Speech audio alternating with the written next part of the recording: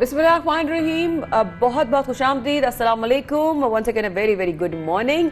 मैं हूं माया खान और मैं हूं शाज़े मेहमान और आप देख रहे हैं सुबह सवेरे पाकिस्तान की एक और फ्रेश एपिसोड। तो बराह रास्त अब हम सबसे ज्यादा शुरू करेंगे सुबनामा के साथ। तो शाज़े, सुबनामा की तरफ बढ़ते हुए मैं चाहूंगी कि आप आगाज करें। बिल्कुल, तनकीद करने वालों पर वज़ीर आज़म पाकिस्तान इमरान खान बरस पड़े, जैसा कि उन्होंने सवाल किया कि नाअहल हुकूमत दुनिया में टॉप 3 पोजीशन कैसे आ गई इस पर। और साथ ही उन्होंने ये भी कहा कि ब्लूमबर्ग और वर्ल्ड बैंक के मुताबिक पाकिस्तान की मईशत मुस्तहकम हुई, हमारा मुकाबला डाकुओं के टोले से है। तो बहुत सारी बातें वज़ीर आज़म पाकिस्तान इमरान खान ने की, साथ तनकीद का निशाना भी बनाया अपोजिशन को। साथ ही उन्होंने ये भी कहा कि NRO दे दो और गरीबों को जेल में डालो। नाअहल शख्स को बचाने के लिए बार काउंसिल सुप्रीम कोर्ट चली गई। साथ ही फिर कैदियों का क्या कसूर है, जेलें खत्म करने की दरखास्त भी दे दें, यानी कि फिर तमाम कैदियों को भी रिहा कर दें। काफी अग्रेसिव उनका कल का जो एक स्पीच थी ना, वो काफी ज्यादा वो उनका जोश और हल्वर नजर आ रहा था। बट देन अगेन, अगर नवाज शरीफ साहब की बात करें, इस तरह वो बात कर रहे हैं, इशारे दे रहे हैं, लेकिन उनकी जो ताज़ा मेडिकल रिपोर्ट्स आई हैं लाहौर हाई कोर्ट में जो जमा करा दी गई हैं, उसके हवाले से बताया गया कि कोरोना और मुख्तलिफ अमराज की वजह से नवाज शरीफ की जिंदगी को खतरा लाहक है। और साथ में ये भी कहा गया कि जब तक वो मुकम्मल से एहतियात नहीं हो सकते, वो सफ़र से गुरेज करें और इज्तिमात में या रश वाले इलाकों में जाने से भी इज्तनाब करें, वो ऐसे इलाकों में नहीं जा सकते। तो ये मेडिकल रिपोर्ट जो कि लाहौर हाई कोर्ट में जमा करा दी गई है, ताज़ा मेडिकल रिपोर्ट है नवाज शरीफ की। साथ ही आपको ये बताएं कि जैसा कि हम हमेशा अद्वियात का जिक्र करते हैं कि अद्वियात की किल्लत पैदा हो गई है मार्केट्स में। एक तो एक तरफ महंगी भी होती जा रही है, दूसरी तरफ जो एक तशवीश पैदा हो गई है वो ये है कि पैरासिटामोल या पैनाडोल इस जैसी जो अद्वियात हैं वो मार्केट से शॉर्ट हैं और इसकी वजह से लोग बड़ी परेशानी का उनको सामना है। साथ ही आपको ये बताएं कि कोरोना और आम फ्लू और गले की खराबी के लिए एक एंटीबायोटिक इस्तेमाल होती है एजोमैक्स, जिसकी किल्लत भी पैदा हो गई है क्योंकि लोग ज्यादा से ज्यादा एंटीबायोटिक खरीद रहे हैं एजोमैक्स। और साथ में अब डॉक्टर्स ये कोशिश कर रहे हैं कि ऑल्टरनेटिव दवाइयां जो है वो रिकमेंड की जाए। ऑब्वियसली देखिए, एंटीबायोटिक तो चाहिए ही ना। देखिए फॉग भी वहाँ पे बढ़ी, हम आए दिन जो है वो फॉग की भी बात कर रहे हैं, मौसम भी जो है वो ठंडा हो रहा है और बहुत सारे गले के इन्फेक्शंस हैं, बहुत सारे चैलेंजेस का सामना है। हमें फौरन से कोई सप्लाई का इंतजाम करना पड़ेगा, कोई ना कोई फौरन ऑल्टरनेटिव चाहिए। बिकॉज बच्चों की, जिस तरह हम बात में कर रहे थे, उनको बच्चों के भी अफेक्ट कर रहे हैं, नमूनिया भी हो रहा है और भी बहुत सारी जो है वो बीमारियां फैल रही हैं। तो प्लीज हमें फौरन इस बारे में हमें दुआ भी करनी चाहिए और बात भी। और दूसरी जानिब सिंध भर में ये कोशिश की जा रही है साथ ही के बड़े सेंटर्स जो कि वैक्सीनेशन सेंटर्स हैं उन्हें अब बंद करने पर गौर किया जा रहा है। जो सिंध की वजीर सेहत है उनके मुताबिक अब वैक्सीनेशन मरकज की जरूरत नहीं रही है, क्योंकि अब घर घर जाकर वैक्सीनेशन की जा रही है।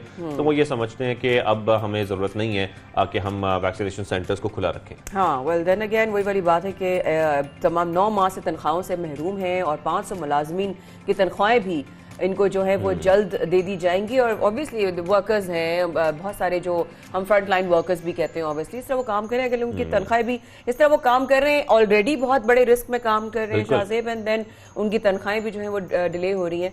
सो उस पर भी मेरे ख्याल फोकस करने की बात है, उस पर भी आगे जाके प्रोग्राम में बात करेंगे। साथ में आपको ये बताएं कि अलजज़ायर में ओमिक्रॉन का सब वेरिएंट सामने आ गया, एक यानी कि कह सकते हैं कि एक तरह का नया वेरिएंट सामने आया है जो कि सब वेरिएंट कहा जा रहा है उसको ओमिक्रॉन का।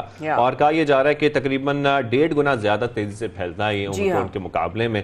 और इसका पहला केस भी रिपोर्ट हो चुका है, BA2 ओमिक्रॉन इसको नाम दिया गया है। साथ ही आपको ये बताएं कि जो कतर है उन्होंने 5 से 11 साल के बच्चों को कोरोना वैक्सीन लगाने की अब मंजूरी भी दे दी। चलो शुक्र है अल्लाह का, बिल्कुल, क्योंकि इधर इटली में भी कोरोना की मजीद 1 लाख से ज्यादा केसेस जो हैं वो रिपोर्ट हुए हैं और बरतानिया में केसेस की तादाद 62,000 से जायद रही। ये एक बहुत ही ऑब्वियसली ये वाली बात है कि जब एहतियात नहीं करेंगे या कोई ना कोई, देखें numbers of patients, number of casualties या number of covid positive cases तभी बढ़ते हैं जब हमसे कोई कोताही या कोई भी लापरवाही होती है। बिल्कुल, हमें कोशिश करनी है। अभी भी हम आपको यहीं पर यही कहेंगे कि मास्क का इस्तेमाल करें, अगर आपने वैक्सीनेशन नहीं करवाई, बूस्टर नहीं लगवाया तो लाजमी लगवाएं।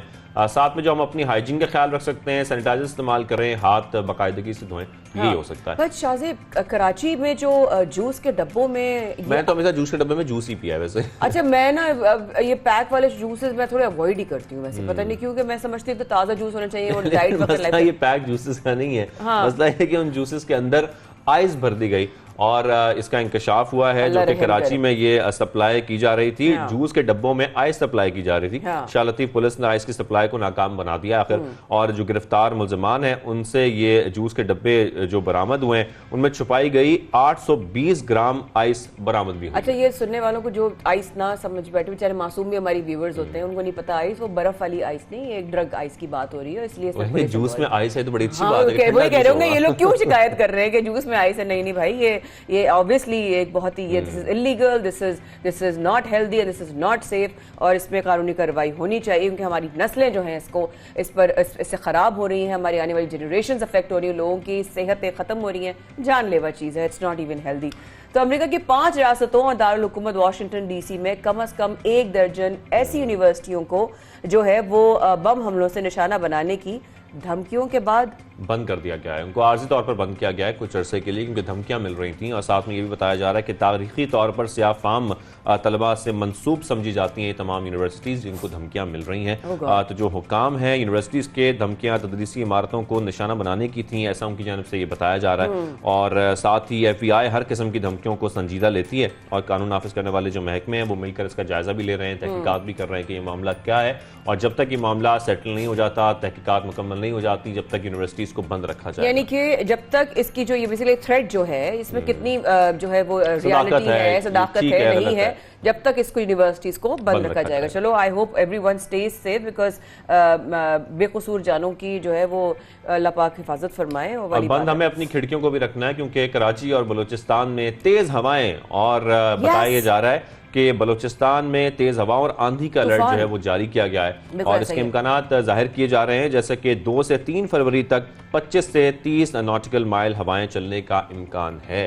जिससे गर्दो गुबार और कमजोर जो है वो स्ट्रक्चर्स के जो ऑब्वियसली बिल्डिंग्स हैं या जगहें हैं उनको नुकसान पहुंच सकता है। समंदर में तो यानी भी आ सकती है, और माही गिरान को तो कहा गया है कि भाई अब खुदा का वास्ता, कि ऑलरेडी जब लास्ट टाइम ये हुआ था बारिश या तूफान जब आया था तो उन पर बहुत सारे लोग जो है वो लापता हो गए थे।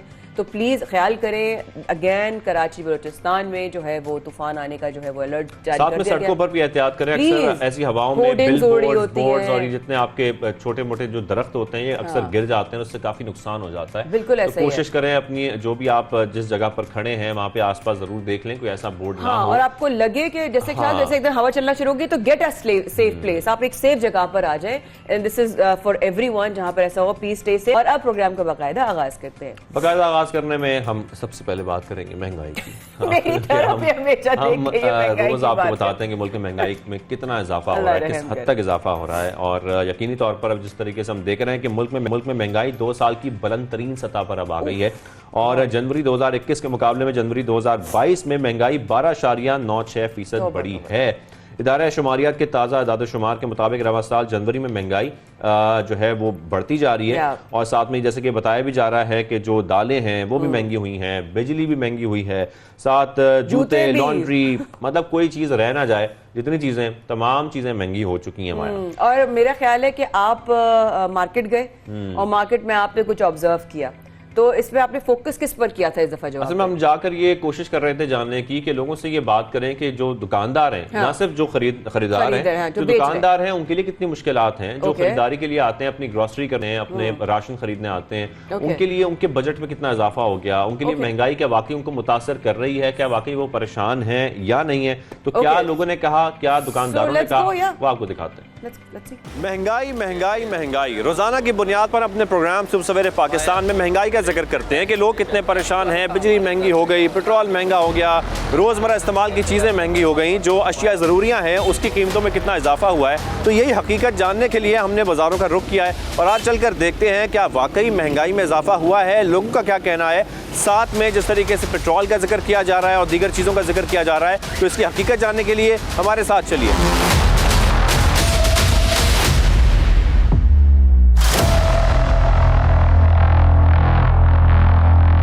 तो जुल्म तो ये है कि अगर आप घर पर खाना बनाना चाहें और बाजार जाएं टमाटर, प्याज, लहसुन, आलू खरीदने के लिए, तो वो तो चीज़ें महंगी हैं ही, और अगर आप रुक करें बाजार का तो किसी होटल से खाना खा लिया जाए तो वहाँ पर खानों की क्या कीमतें हैं ये भी हम जान लेते हैं। होटल मालिक हमारे साथ मौजूद है। अस्सलाम वालेकुम, कैसे हैं आप? वालेकुम सलाम, अल्लाह का शुक्र है। सबसे पहले तो मुझे बताइएगा, घरों में तो गैस नहीं है, और जब घरों में खाना नहीं पकता तो लोग होटलों का रुख करते हैं। आपके पास खानों की कीमतों में इजाफा हुआ है? मैं तो सबसे पहले 92 न्यूज़ का और आप लोगों का बहुत शुक्रिया अदा करता हूँ कि आप लोग यहाँ पे आएँ, ताकि जो हमारे हुक्मरान हैं जो सो रहे हैं और जो कहते हैं कि कुछ महंगाई नहीं है। मैं आपको अपना बता देता हूँ, मेरा जो गैस के हवाले से पहले बता देता हूँ कि गैस जो है वो बिल हमारा वही 2 लाख रुपए का इस महीने का बिल आया है। और ये आपको मैं पीछे बता दूँ, ये सिलेंडर है 1,80,000 रुपये का मैंने इस महीने में ये गैस लाए। अब जो घी का कनस्तर था, जो 4,000 रुपये का घी का कनस्तर था, वो अभी 6,200 रुपये का घी का कनस्तर है। इसी तरह चीनी देख लो, जो चीज़ सालन जो 100 रुपये का था आज 160-170 रुपये का। तो आप ये बताएं, गरीब आवाम, गरीब बंदा कहाँ से जाएगा?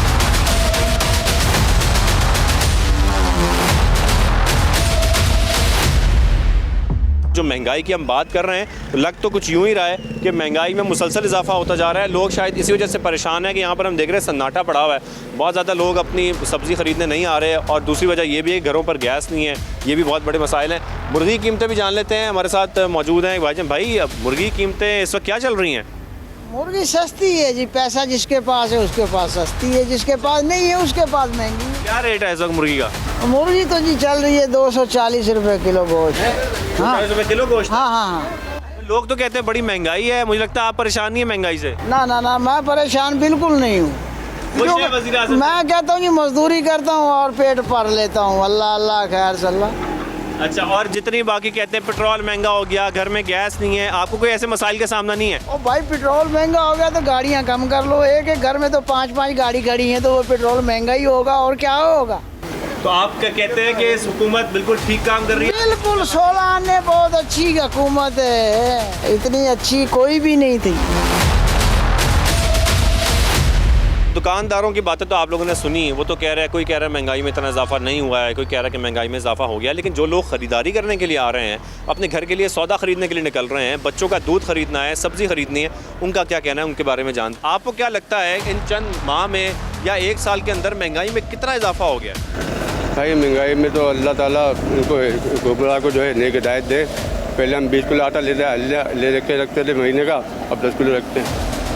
अब ये दूध मगर ये डब्बा जो है मैंने अभी लिया है 50 रुपये का ले रहा था, आज ये 60 रुपये का हो गया है।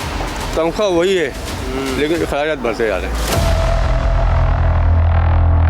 हम तो ये देख रहे थे कि यार नया पाकिस्तान, हमने तो इमरान खान साहब को वोट दिया था कि यार नया पाकिस्तान है, लेकिन नया पाकिस्तान ने तो हम लोगों का बेड़ा गर्क करके रख दिया। दोबारा वोट देंगे आप? दोबारा कहाँ से वोट देंगे? इस महंगाई के अंदर इतनी महंगाई कर दी और फिर दोबारा वोट देंगे? किसको वोट देंगे फिर? अब तो भाई किसी को भी वोट नहीं देना, सिर्फ अल्लाह को वोट देना। कोई अल्लाह पाक को एक ऐसा नेक बंदा भेज दे जो हम गरीबों का ख्याल करें, हम लोग उसी को वोट देंगे। अभी किसी के लिए वोट नहीं है। तो आज हम बात कर रहे हैं महंगाई पर। अगर सब्जी की बात की जाए वो भी महंगी हुई है। यहाँ पर मुख्तलिफ लोगों से हम बातचीत भी कर रहे हैं, आपसे ही बात करते हैं। अस्सलाम वालेकुम, कैसी हैं आप? ठीक ठाक, अल्लाह का शुक्र। मुझे ये बताइएगा कि हम अक्सर ये बात करते हैं कि महंगाई में बड़ा इजाफा हो गया है। आज हमने बाज़ारों में निकलने का फ़ैसला किया और कोशिश की जानने की, तो सब्ज़ी के हमें डबल रेट्स मिल रहे हैं। आप समझती हैं महंगाई में 1-2 महीने में बहुत ज़्यादा इजाफा हुआ है? हमारी जो सैलरी है वो 25,000 और हम जो है ना, अभी हम जब लंच ले रहे हैं ना, पहले हमारा लंच 100 रुपये में आता था, अब हमारा लंच जो है ना वो 250 रुपये में आता है। तो सैलरीज नहीं बढ़ी हमारी, लेकिन आमदनी उतनी है, लेकिन महंगाई बढ़ गई। अब हमारे घर में देखें 3 बंदे हैं, अब पहले 1 बंदा कमाता था, अब 3 बंदे कमा रहे हैं और तब भी पूरा नहीं हो रहा। तब भी पूरा नहीं हो रहा है। पूरे बाज़ार का चक्कर लगाने के बाद हमें अंदाज़ा हुआ कि सब्ज़ियां तो बढ़ गई हैं, लोगों की आमदनी उतनी ही है। लोग यही मुतालबा कर रहे हैं कि सब चीज़ें महंगी होती जा रही हैं। और अगर हम बात कर लें आटे की, जो कि यहाँ पे मुझे बड़े बड़े थैले नज़र आ रहे हैं, तो एक थैले में की कीमत में भी बहुत ज़्यादा इजाफा हुआ है। तो यहाँ पर हम बात भी करते हैं। अस्सलाम वालेकुम, कैसे हैं आप? ठीक ठाक हैं? वालेकुम सलाम। खैरियत से? बस अल्लाह का शुक्र है। सर, बहुत ज़्यादा अब ये हम मार्केट में देख रहे हैं कि चीज़ें महंगी होती जा रही हैं रोज़ाना की बुनियाद पर, हर हफ्ते। अभी हम टमाटर की बात कर रहे थे, टमाटर जो है वो 60 रुपये से 150 में चला गया 1 हफ्ते के अंदर। आटा कितना महंगा हुआ है इस 1 महीने में? इस महीने में तकरीबन जो है 10 रुपये का इजाफा हुआ। मसाइल हो गए हैं, फिर परेशानी हो गई है। आटे के थैले यहाँ पर हम देख रहे हैं और जैसा कि इनकी जानिब से बताया जा रहा है कि 1 किलो पर 10 रुपये का इजाफा हुआ है अभी से कुछ दिनों में ही। तो अगर इस तरीके से इजाफा होता रहा, आटा जो आपके बाकी घर की ज़रूरत की अशियाँ हैं वो महंगी होती रहीं, तो आवाम का गुजारा वाकई इसी तरह मज़ीद मुश्किल हो जाए। शाहज़ेब, ये जब आप गए और मैं देख रही थी, वाकई में आम इंसान जो है वो आम जबान में इस तरह बताता है कि भाई किसी को कोई फ़र्क नहीं पड़ता। ये रिएक्शन नज़र आता है, किसी को कोई फ़र्क नहीं पड़ता, एक घर में 5-5 गाड़ियाँ खड़ी हैं उनको क्या क्या फर्क पड़ेगा? वो बेसिकली सार्कास्टिक वे में ये बात कर रहा था कि लोगों के पास गाड़ियां हैं, बेहतरीन पैसा है, हमें कोई टेंशन नहीं है, हमें कुछ नहीं है, लेकिन उस बात को जो हम समझ रहे थे, जो हमें समझ आ रही थी, वो बेसिकली ये बताना चाह रहा था ये सब कुछ चल रहा है और इस तरीके से चल रहा है, जिनका पैसा है वो चला रहे हैं, तो शायद जो गरीब है वो वैसा जिनके पास है वो जो अन्य वाला पैसा होता है वो है, तो उनको कोई फर्क नहीं पड़ेगा। जो गरीब इंसान है या मतलब तबके से तार रखने वाला इंसान है वो तो पिस जाएगा। बिल्कुल, अब पिस रहा है जिस तरीके से हम देख रहे हैं। महंगाई बढ़ रही है। खैर, महंगाई के साथ साथ अब आगे बढ़कर अगले सेगमेंट को हम शामिल करते हैं प्रोग्राम में और आपको ये बताते हैं कि कोविड के केसेस जिस तरीके से बढ़ रहे हैं उसमें हम ये भी देख रहे हैं कि हुकूमत की जानिब से कोरोना पर काबू पाने के लिए ऐसे इकदाम जो है वो उठाए जा रहे हैं और मुल्क भर में घर घर वैक्सीनेशन मुहिम अब शुरू होगी। एनसीओसी ने बाकायदा ऐलान इसका कर दिया है, जिसके मुताबिक खुसूसी मुहिम में टीमें अवाम को कोरोना से बचाव की वैक्सीन लगाएंगी, यानी कि घर घर जाकर वैक्सीन लगाई जाएगी। और मेरे ख्याल में इस तरीके से जितने भी लोग हैं जो शायद रिलक्टेंट भी हैं, वैक्सीन नहीं लगवा रहे, उनको भी एक तरीके से आपको पता लग सकेगा कि एटलीस्ट ऐसे लोग एग्जिस्ट कर रहे हैं। भी बहुत ऐसा कदम है, मतलब जब मैंने इस बारे में सुना I was like wow, I mean look at, ये देखिए जो अच्छी चीज़ है ना उसको अप्रिशिएट करना चाहिए। आई बिलीव जो अच्छा है उसको करें, जो भी है हमारी आवाम के लिए ना, उनको क्या फ़ायदा पहुंच रहा है इस चीज़ का, उनको कितने जो है वो उनको पैसों मिल जाएंगे या वो कितने दौलतमंद हो जाएंगे। लेकिन क्योंकि हमारे मुल्क में जिस तरीके से चैलेंज है और रिपोर्ट्स आ रही हैं कि आहिस्ता आहिस्ता बिकॉज स्ट्रिक्टनेस हो रही है तो number of Covid cases 24 hours या 48 आवर्स में वो उनमें डिक्रीज एक नज़र आया है। एंड प्लस देन अगेन अगर घर घर जाके लग रही है तो लोगों की फैसिलिटेशन के लिए है ना, लोगों को आसाइश मिलेगी। हम लोगों के वैसे पोलियो वैक्सीन माशाल्लाह इतना कामयाब रहा हमारा, माशाल्लाह भी मैं उसी पर आ रही थी कि पोलियो के हवाले से हमारा सिर्फ एक केस हुआ। इंशाल्लाह लाइक यू सेड पोलियो में काफी लोग रिलक्टेंट होते थे, लेकिन ऐसा ऐसा जब ये एक तरह से हम कह लें कि जो है वो आगाही फैलाई गई और ये मुहिम चलती रही, मुसलसल चलती रही, तो फिर लोग भी मानना शुरू हो गए। इसी तरह हम कह सकते हैं कि जो वैक्सीनेशन पे अभी भी नहीं मान रहे कि नहीं करानी चाहिए, जब घर घर वैक्सीनेशन मुहिम शुरू होगी तो शायद जो लोग रह गए हैं वो भी वैक्सीनेटेड हो सकेंगे। तो इसी पर हम बात कर लेते हैं। पार्लिमानी सेक्रेटरी बराए से डॉक्टर नौशीन हामिद साहब ज्वाइन किया है। नौशीन साहब, आपको खुशामदीद कहेंगे। सबसे पहले बताइएगा इस मुहिम का जो आगाज किया गया है घर घर वैक्सीनेशन करने का, इसका टारगेट क्या सेट किया गया इनिशियली? जी बिस्मिल्लाहिर्रहमानिर्रहीम।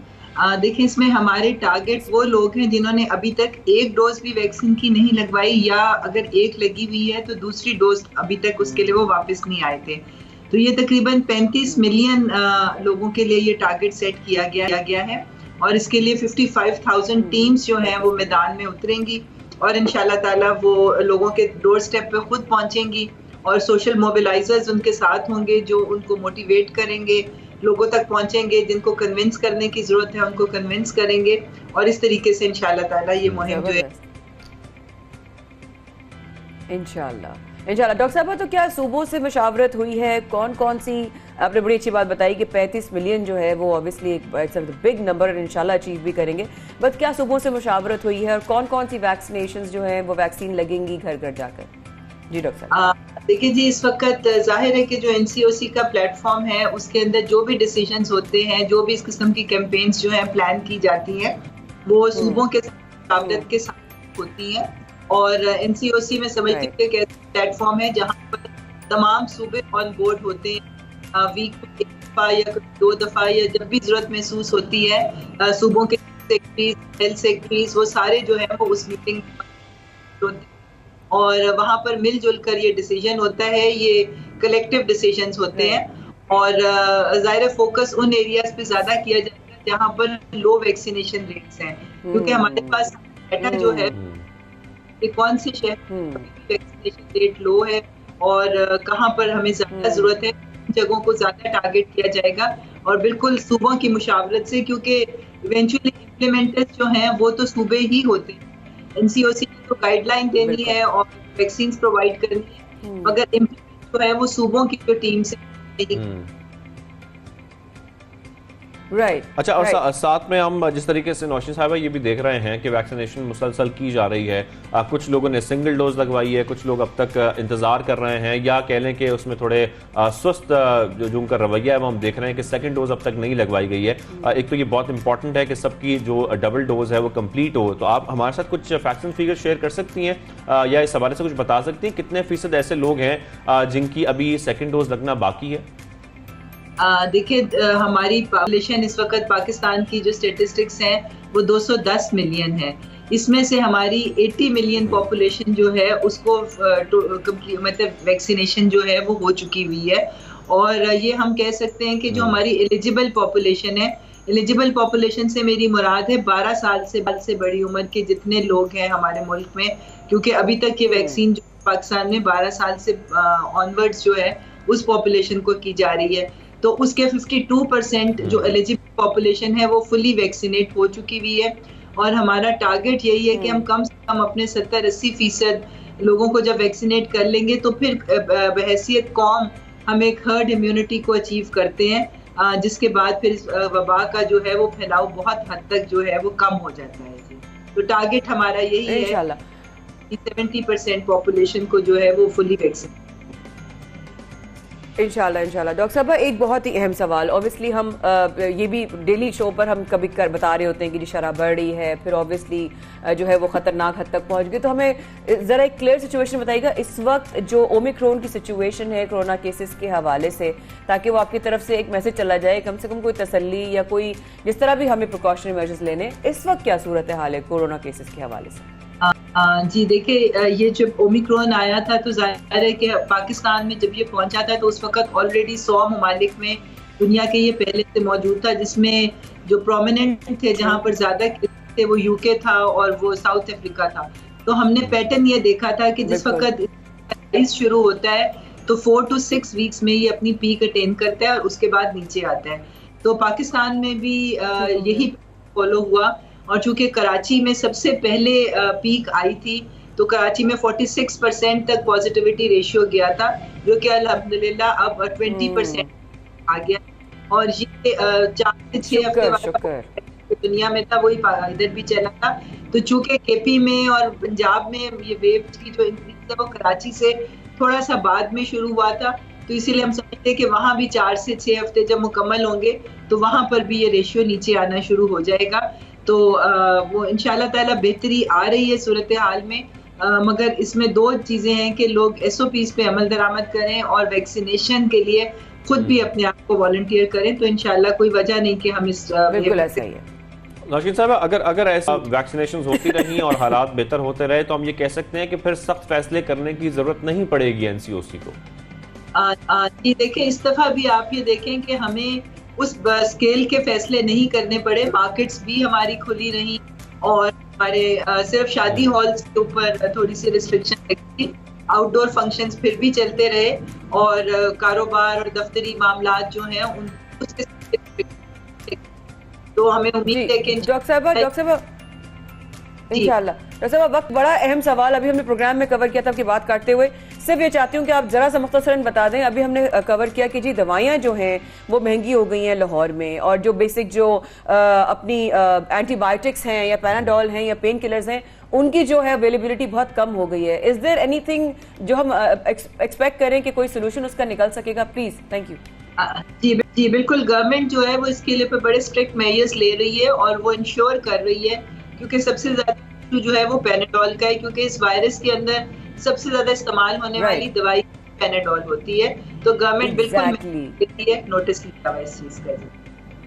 Exactly, thank you so much doctor Nausheen Ahmed साहब हमारे साथ मौजूद थी। आपके वक्त का बहुत ज़रूरी चीज़ें उन्होंने बताई, एंड खुद ज़रा वॉलंटियर करें, खुद आगे बढ़े। Please stay with us, will be right back. सुबह सवेरे पाकिस्तान में शादिर माया कर रहे हैं आपका इंतज़ार। विल बी राइट बैक जी।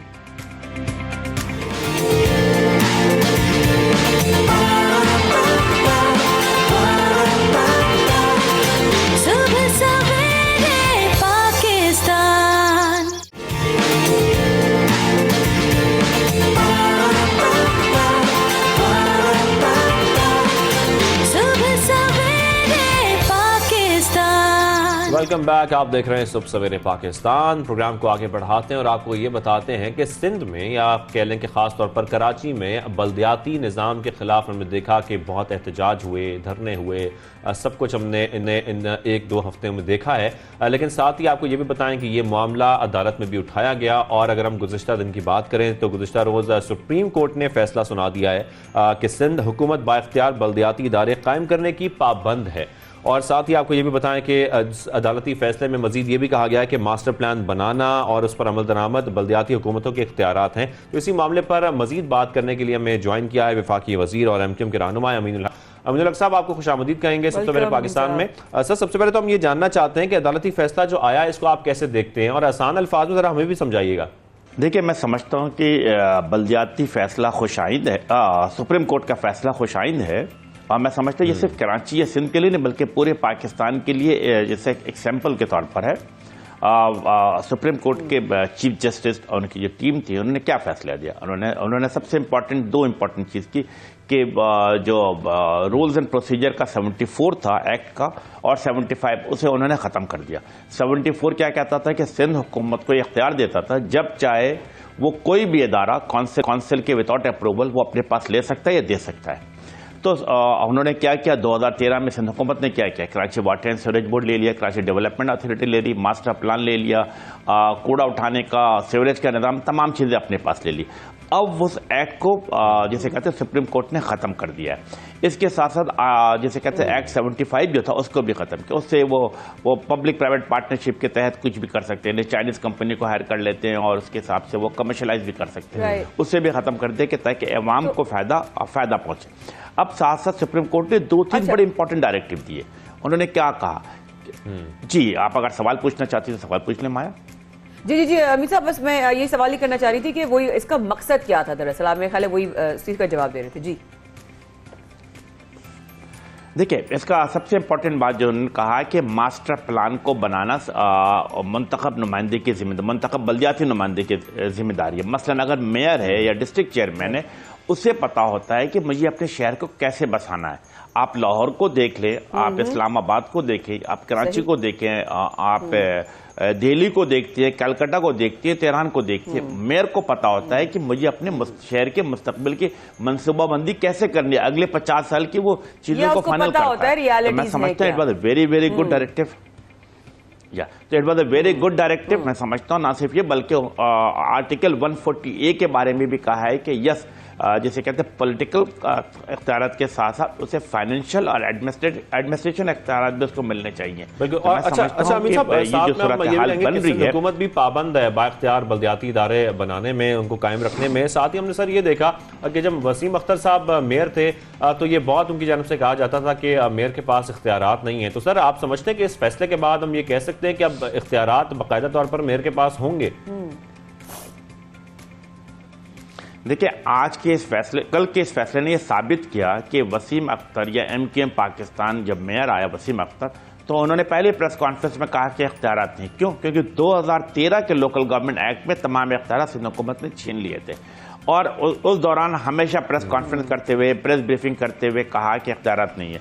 और फिर आप सबने देखा कि जब वसीम अख्तर मेयर ख़त्म हो जाते हैं तो तमाम सियासी पार्टियाँ वन पॉइंट पे मुत्तहिद हो जाती हैं कि यस मेयर के इख्तियारात को बढ़ाया जाए, मेयर के इख्तियारात बहाल किए जाए। इनफैक्ट तो यस उस पूरे टेन्योर में ये सूरत हाल नहीं थी। यस आपकी बात बिल्कुल दुरुस्त है कि अगर ये सुप्रीम कोर्ट की जो फैसला है, जो डिसीजन है, वो सिंध हुकूमत को हर सूरत में मानना पड़ेगा क्योंकि किसी फर्द वाहिद का डिसीजन है, सुप्रीम कोर्ट का डिसीजन है।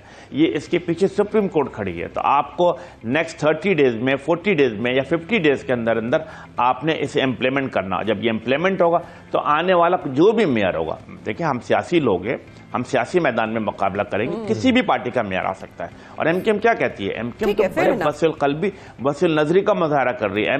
MQM कहती है कि न सिर्फ कराची बल्कि लाड़काना के मेयर को भी इख्तियारात होना चाहिए। मेरे शिकारपुर और बदीन के भाइयों के मसाइल भी उनके दहलीज पे होना चाहिए। अच्छा अमीर साहब, अभी आपने जिक्र किया ऑब्वियसली कि जब जिस ग्राउंड्स पे जो होता है उसको रियलिटीज का पता होता है। अब मैं अगर अवाम की बात करूं तो अवाम के ऊपर इस वक्त परेशानियों का अंबार है। ठीक है, अवाम ठीक ठाक जो है इस वक्त घेरे में है। इस सूरत हाल में ऑब्वियसली प्रोविंशियल गवर्नमेंट के अगेंस्ट जो है वो प्रोटेस्ट भी हो रहा है। सारी सिचुएशन को आप कैसे देखते हैं? देखिए, सूबाई हुकूमत की नाअहली साफ नज़र आती है। और सोने पे सुहागा क्या हुआ कि जब MQM पाकिस्तान ने ऑल पार्टीज कॉन्फ्रेंस की, सिंध की तमाम सियासी पार्टी एक्सेप्ट पाकिस्तान पीपल्स पार्टी मौजूद नहीं, सब ने इसे क्या कहा? काला कानून करार दिया। MQM ने पूरे शहर के तमाम तजारती अंजुमनों को बुलाया, वो बैठे, उन्होंने क्या कहा? काला कानून करार दिया। उसके बाद हम बड़े पैमाने पे गए, हमने इकोनॉमिक स्टेक होल्डर जो आप समझती हैं माया के Pakistan stock exchange, Karachi chamber of commerce, SITE association, Korangi association, तमाम तंजीमों को बुलाया। उन्होंने भी कहा कि Sindh government local government act 2021 काला कानून है। इसका मतलब हमने कंसेंसस डेवलप किया। कंसेंसस डेवलप करने के बाद हम सड़कों पर आए और फिर आपके टीवी चैनल ने दिखाया है कि जिस बर्बरियत का मुजाहरा सिंध हुकूमत ने खवातीन कारकुनान के साथ, नौजवानों के साथ, बुजुर्गों के साथ किया और सोने पे सुहागा। आप ये देखिए कि रुकन सूबाई असेंबली राना अंसारबाजी को डंडे मार के हाथ तोड़ दिया गया।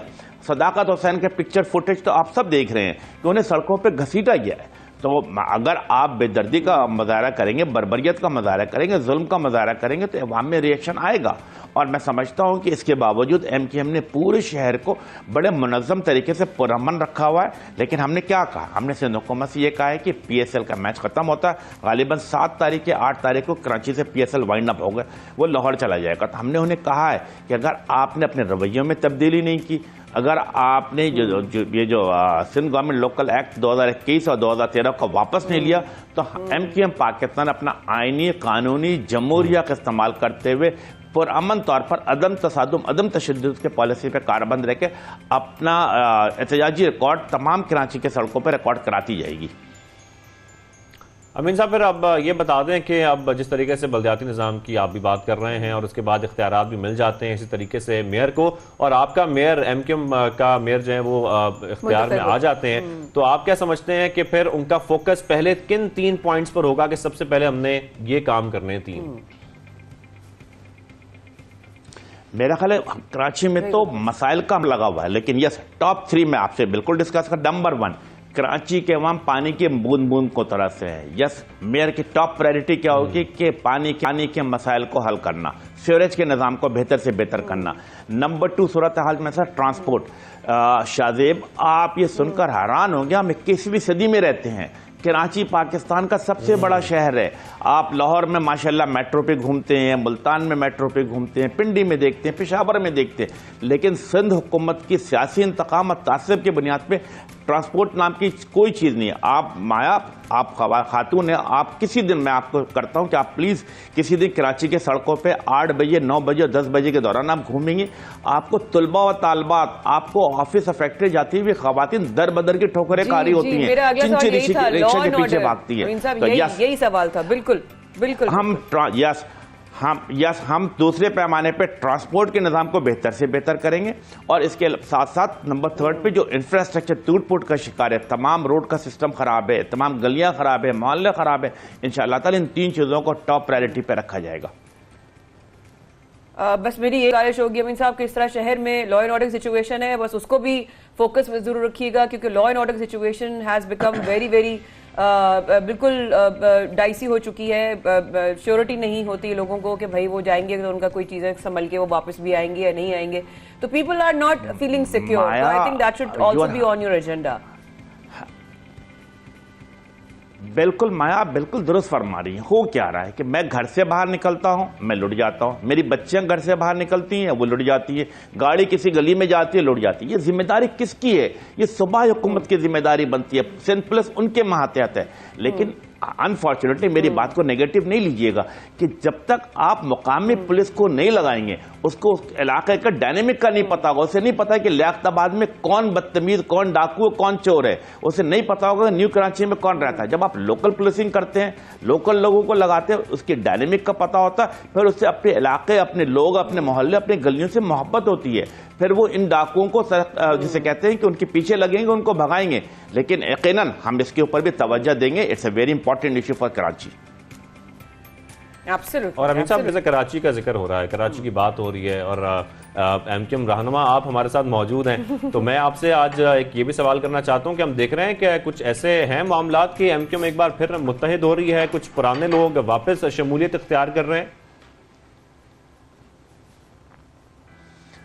देखिए, अच्छी बात ये थी कि जब चीफ मिनिस्टर हाउस के सामने MKM के धरने पे जिसे कहते हैं सिंध हुकूमत ने बेदर्दी से लाठीचार्ज, हेवी शेलिंग की, तो उसके बाद क्या हुआ कि कराची के तमाम सियासी पार्टियां, PTI, PMLN, JUI, तमाम ने एक जेती का इजहार किया। तो इसके साथ साथ MKM के वो जो साथी जो नाराज़ थे वो तमाम लोग भी MKM के साथ शामिल हुए, MKM के साथ इज़हार यकजहती किया। और हम MKM तो इस शहर की मेरा ख्याल है सबसे बड़ी सियासी पार्टी है, स्टेक होल्डर है, तो हमारे दरवाजे अपने तमाम साथियों के लिए खुले हुए हैं। हम उन्हें इंतहाई इज्जत एहतराम जब वो आए उस वक्त भी दिया, और मेरा ख्याल है कि हमारा दिल, हमारा जहन खुला हुआ है कि तमाम लोग आएँ, पार्टी के साथ ज्वाइन करें, MKM के नाम पर काम करें, MKM के इंतखाबी निशान पतंग पर इलेक्शन लड़ें। इसका मतलब है कि जो शाहजेब का सवाल था ना अमीन साहब, वो उसमें कहीं ना कहीं सदाकत आ गई है कि आपने जिस तरह उसका जवाब दिया है ना, और उस बड़ी एक मुतमईन है उस मतलब क्या मतलब हम फारूक सत्तार साहब को भी देख रहे हैं आते हुए, आपने कहा हम मतलब कुछ नाराज लोग वापस आ रहे थे, फारूक सत्तार साहब वापस आ रहे हैं। मेरा ख्याल है जिस तरह मैंने कहा कि तमाम वो साथी जो पार्टी से नाराज थे या घर बैठ गए, तो ट्रस्ट मी, आप सोशल मीडिया उठा के देख लें, आप ट्विटर हैंडल उठा के देख लें, वो तमाम लोग जो हमसे नाराज थे वो तमाम लोग हमसे जुड़ गए, हमारे कंधे से कंधे मिलाकर खड़े हो गए, क्योंकि मकसद नेक था। और सबसे बड़ी बात, हमारा एहतजाज जो था वो पुरअमन था, नियत्थे लोग थे, खवातीन थी, बच्चियां थी। तो मैं समझता यस, जो नाम आपने लिया, फारूक भाई हो जाए या कोई भी हो जाए, आप देखें सब लोग आए थे, सब लोगों को हमने इज्जत एहतराम दिए और हमारे दरवाजे खुले हुए, और इंशाअल्लाह ताला आगे चल के गुड पॉजिटिव न्यूज यकीनन आएगी। ठीक है, अच्छी पॉजिटिव न्यूज आएगी और उम्मीद करते हैं, ठीक है, आप जैसा कि बता रहे हैं कि अच्छी खबरें भी सामने आएंगी, और हम ये उम्मीद करते हैं कि कराची के बारे से कुछ अच्छी खबरें जरूर सामने आए। बहुत शुक्रिया अमीन लक साहब, आप हमारे साथ मौजूद थे और इन तमाम मामलात पर आपने बड़ी तफसीली बात की हमारे साथ। सबसे बड़े बहुत सारे इशारे भी दे गए, बहुत सारे इशारे भी दे गए, पार्टी के हवाले से भी इशारे दे गए। So thank you very much for joining अस। हम आते हैं वक्त के बाद।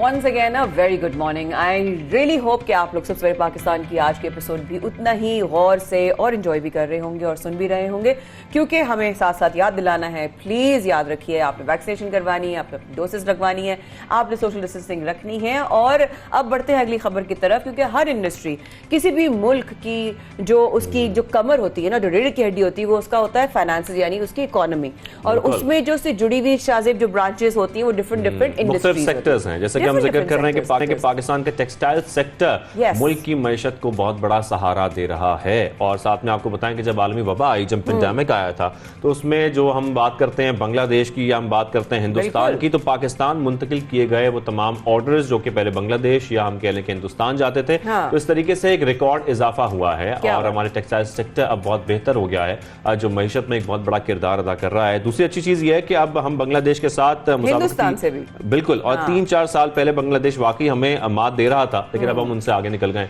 और हम बेहतर से बेहतरीन होते जा रहे हैं टेक्सटाइल इंडस्ट्री। क्या बात है, जबरदस्त जबरदस्त। टेक्सटाइल एक बहुत ही पोटेंशियल रखने वाली इंडस्ट्री है, और अगर हम लोग उस सेक्टर में जो है आगे जा रहे हैं, तो मेरा ख्याल है हमें उसको देखना, सुनना और उसके बारे में मजीद जानना चाहिए कि हम मजीद ग्रो कैसे कर सकते हैं। बिल्कुल, इसी मामले पर बात करने के लिए हमें ज्वाइन किया है सबसे पहले Pakistan chairman Pakistan hosiery manufacturers and exporters association Kashif Zia साहब ने। काशिफ साहब, आपको खुशामदीद करेंगे सबसे पहले पाकिस्तान में। सबसे पहले तो ये बहुत अच्छी खबरें हमें मिल रही हैं टेक्सटाइल सेक्टर से, और मईशत को वाकई बहुत बड़ा सहारा भी दे रही है। साथ में हमने ये भी देखा है कि रिकॉर्ड इजाफा हुआ है। हम क्या कह सकते हैं, ये नया साल टेक्सटाइल इंडस्ट्री के लिए कैसा रहेगा? देखें, मैं बात करूंगा कि ये जो टेक्सटाइल की प्रोडक्ट्स में इजाफा हो रहा है, मैं जिस सेक्टर को रिप्रेजेंट कर रहा हूँ, ये वैल्यू एडेड टेक्सटाइल का सबसे बड़ा इस टाइम पे सेक्टर है, और पूरे पाकिस्तान में इस टाइम पे अगर टेक्सटाइल सेक्टर की जो एक्सपोर्ट बढ़ रही है, उसके अंदर सबसे ज़्यादा शेयर जो है वो हमारा हॉजरी गारमेंट्स का है। और ये गारमेंट्स में जो है इस टाइम पे आपको याद होगा कि दिसंबर के महीने के जब फिगर आए थे और नवंबर के महीने के जब फिगर आए थे, $1.74 बिलियन की एक्सपोर्ट थी दिसंबर में, जो नवंबर में, जो कि हाईएस्ट एवर एक्सपोर्ट हुई है पाकिस्तान की। और इसके अंदर जो मैं क्रेडिट देना चाहूँगा कि पाकिस्तान की जो टेक्सटाइल्स हैं, इसके अंदर जब कोविड आया था तो हर बंदा जो है वो गवर्नमेंट के ऊपर तनकीद कर रहा था कि आप जो है कोविड के अंदर सनतों को खोलने जा रहे हैं तो आपको आवाम की सेहत का ख्याल नहीं। नो डाउट अल्लाह ताला के ऊपर यकीन रखते हुए इमरान खान साहब ने ये डिसीजन लिया और पाकिस्तान की सनतों को बिफोर टाइम डिसीजन लेके ओपन किया। तब बांग्लादेश बंद था, इंडिया बंद था और कस्टमर को उधर माल की जरूरत। नो डाउट ये वो प्रोडक्ट है जो कि बेसिक यूज़ में आती है और उस टाइम पे जो इमरान खान साहब ने डिसीजन लेके पाकिस्तान की सनतों को खोला था और आज जो है वो कस्टमर का ट्रस्ट डिवेलप हो चुका है पाकिस्तान के ऊपर। और अगर अब तब से पेंडेमिक का जब टाइम शुरू हुआ और आज दिन तक के अगर आप एक्सपोर्ट के फिगर उठाएं, हर गुजरते हुए महीने के साथ जो है ये नंबर जो है वो बढ़े हैं और ये नंबर बढ़ने का रिजल्ट ये है कि कस्टमर का ट्रस्ट जो है वो बिल्डअप हो चुका है और कोई भी कस्टमर जो है वो जो पाकिस्तान के दौरान जो फैसले किए गए बहुत अच्छे साबित हुए।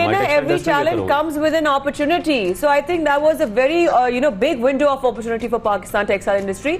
साथ साथ ये बताइए काशिफ साहब कि कहां से हमारे ऑर्डर्स जो हैं वो पाकिस्तान में बढ़ गए हैं? देखें, अगर यूएस की बात की जाए तो 69% की उसमें इजाफा देखा गया है। यूरोपियन यूनियन की बात की जाए तो वहाँ पे 27% का है और ये वो इजाफा है। अगर बांग्लादेश और इंडिया को कंपैरिजन किया जाए तो हमारा कोई 1-2% का फ़र्क नहीं है, अच्छा खासा फ़र्क हमने डाला है। और जैसा कि आपको पता होगा फिस्कल ईयर 2024 की जो बांग्लादेश की पॉलिसी आई है, उन्होंने अपना $80 बिलियन का टारगेट सेट किया। उन्होंने क्यों $80 बिलियन का टारगेट सेट किया है? क्योंकि इस टाइम पे पाकिस्तान का जो ग्रोथ रेट है वो बहुत ज़्यादा है। एक प्रॉपर कंपटीशन की फिजा कायम हो चुकी है जिसका पाकिस्तान बड़े अरसे से, और ये पाकिस्तान की एवर हिस्ट्री में ये पहली दफा होने जा रहा है कि हमारी एक्सपोर्ट सेक्टर के अंदर इतना बूम आ रहा है और specially textile value added garment में। और प्राइम मिनिस्टर इमरान खान साहब, रज़ा साहब का, स्पेशली मियां असलम इकबाल साहब को जो पंजाब के इंडस्ट्री मिनिस्टर हैं, मैं उनको अप्रिशिएट करूंगा कि ये उनकी पॉलिसीज है जिन्होंने ना सिर्फ पेंडेमिक में राइट डिसीजन लिए बल्कि पॉलिसीज इस तरह के लेकर आ रहे हैं कि हमें हर जगह पे इवन लिक्विडिटी क्रंच का प्रॉब्लम हो तो हमारे रिफंड्स वो टाइमली दे रहे हैं। नो डाउट प्रॉब्लम्स अपनी जगह पे है, ऑलवेज प्रॉब्लम रहता है, प्रॉब्लम्स की नेचर जो है वो चेंज हो जाती है, लेकिन प्रॉब्लम ऑलवेज देयर है। बिल्कुल हाँ। काशिफ साहब यहाँ पर ये बताएगा टेक्सटाइल बरामदात में जिस तरीके से हम बात कर रहे हैं कि बेहतरी आ रही है और काफ़ी बेहतर हुआ भी है, रिकॉर्ड इजाफा भी हुआ है, लेकिन साथ में ये इंपॉर्टेंट है बहुत ज़्यादा कि जो मजदूर हैं क्या उनको भी इससे कोई फ़ायदा पहुँच रहा है या बस अभी तक सिर्फ ये अपर लेवल पर ही है कि हमारी जो एक्सपोर्ट्स इसमें इजाफा हो गया? देखें, इसका जो इफेक्ट है हमारे इस टाइम पे जो एक्सपोर्ट बढ़ा किरदार अदा करते हैं वो टोटल 3 पिलर्स हैं। एक गवर्नमेंट साइड है, एक इंडस्ट्रियलिस्ट है और एक हमारा मजदूर है। अगर हमारे पास ऑर्डर ज़्यादा आ रहे हैं तो ये नंबर्स क्वांटिटी में भी बढ़े हैं, ये नंबर्स मॉनेटरी टर्म्स में भी बढ़े हैं। तो अगर ये ऑर्डर्स हमारे पास ज़्यादा आ रहे हैं तो लोग जो है वो कॉन्ट्रेक्चुअल बेस होते हैं हमारी इंडस्ट्री में, तो उनकी उतनी ज़्यादा अर्निंग भी बढ़ जाती है। नो डाउट इन्फ्लेशन की वजह से आम तबके से लेके ऊपर तक इंडस्ट्रियलिस्ट जो है वो हर तबका जो हर्ट हुआ है। फॉर एग्जाम्पल ये समझने की बात है, अगर पेट्रोल प्राइस चेंज होती है तो एक आम मजदूर के ऊपर ये इफेक्ट करती है, तो उसकी वजह से ओवरहेड जो है वो इंडस्ट्रियलिस्ट के बढ़ते हैं। ओवरहेड की वजह से हमारी प्रोडक्ट के ऊपर भी इफेक्ट आता है। नो डाउट हमें कंपटीशन की वजह से बांग्लादेश इंडिया के सामने प्राइसेस हमारी कंपेयर की जाती है तो हमें वहाँ पे प्रॉब्लम आती है कि हम महंगे होते जा रहे हैं। लेकिन ये इन्फ्लेशन जो है ये ग्लोबल इशू है आपके साथ, ये सिर्फ पाकिस्तान में नहीं है। अगर यहाँ पे हमारे पाकिस्तान में आम तबका अगर इफेक्ट हो रहा है तो हमारा इंडस्ट्रियलिस्ट भी इफेक्ट हो रहा है और ये ग्लोबल में पूरी दुनिया में इस तरह का इशू चल रहा है। अभी जो हमारे लेबर जो है उसकी अर्निंग भी ज़्यादा बढ़ी है, तो ये फ़ायदा जो है ये पूरे पाकिस्तान की इंडस्ट्री को, और इसके साथ साथ ना सिर्फ ही टेक्सटाइल, हमारी जो अलाइड इंडस्ट्रीज है, फॉर एग्जाम्पल किसी ने पोली बैग बनाना है, किसी ने जिप्स बनानी है, किसी ने बटन्स बनाने, किसी ने कार्ड जिसमें हमने पैक करके देना है, तो ये अकेला सिर्फ एक गारमेंट बनाने की फैक्ट्री को नहीं हो रहा। ये हमारी अलाइड इंडस्ट्री जितनी भी इसके साथ एसोसिएट है, ये उसको इवन ट्रांसपोर्टेशन, अगर हम अपनी फैक्ट्री से शिपमेंट डाल के पोर्ट तक भेजते हैं तो जितनी शिपमेंट ज्यादा जाएंगी उतनी ट्रांसपोर्टेशन भी बढ़ेगी। तो ये समझने की जरूरत है कि ये बड़े से बड़ा, ठीक है, बिल्कुल ये बेहतरी यार काशिफ साहब उम्मीद करते हैं कि आगे भी ये बेहतरी ऐसी आती रहे, हमारी टेक्सटाइल इंडस्ट्री इसी तरीके से ग्रो करती रहे, मईशत को सहारा भी दे। थैंक यू वेरी मच, आपने सबसे पहले पाकिस्तान में ज्वाइन किया। तो ये तो टेक्सटाइल इंडस्ट्री की बात हो गई। अब हम ग्रोथ देखकर शायद मजा आ गया, एक सिरे से फिर सिरा जोड़ता है। आपने सवाल किया ना कि मजदूर को कितना फायदा होगा, वो कहते हैं ना हर चीज फिर एक दूसरे से जुड़ी होती है। So it's such a good news के पास ये मजदूरों के लिए बेहतर हो रहा है, लेकिन कुछ माशरे की बेहतरी के लिए भी कोई काम कर रहा है। हम जिक्र कर रहे हैं फख्रे पाकिस्तान शहजाद रॉय का, शहजाद रॉय, जो कि साथ साथ गुलकारी के माशरे में भी बहुत सारे काम कर रहे हैं, चाहे वो खवातीन और लड़कियों की खासतौर पर जो एजुकेशन है उसके लिए बहुत काम कर रहे हैं। फिर वो तालीमी इदारों में जो बच्चों को मारा जाता है उसके खिलाफ भी अदालत गए। तो इस तरह के बहुत सारे कदम उनकी जानिब से उठाए गए। या शहजाद रॉय और हम लोग ऑब्वियसली टीन एज से we have seen and obviously उनके गाने और सब कुछ। तो ऑनेस्टली एक बात बताऊं, आज सबको एक बात बताऊं, Shahzad Roy has been like this since forever. ऐसा नहीं है कि वो बड़े होने के बाद नहीं, वो जब टीन एज में थे वो तब भी ऐसे ही थे।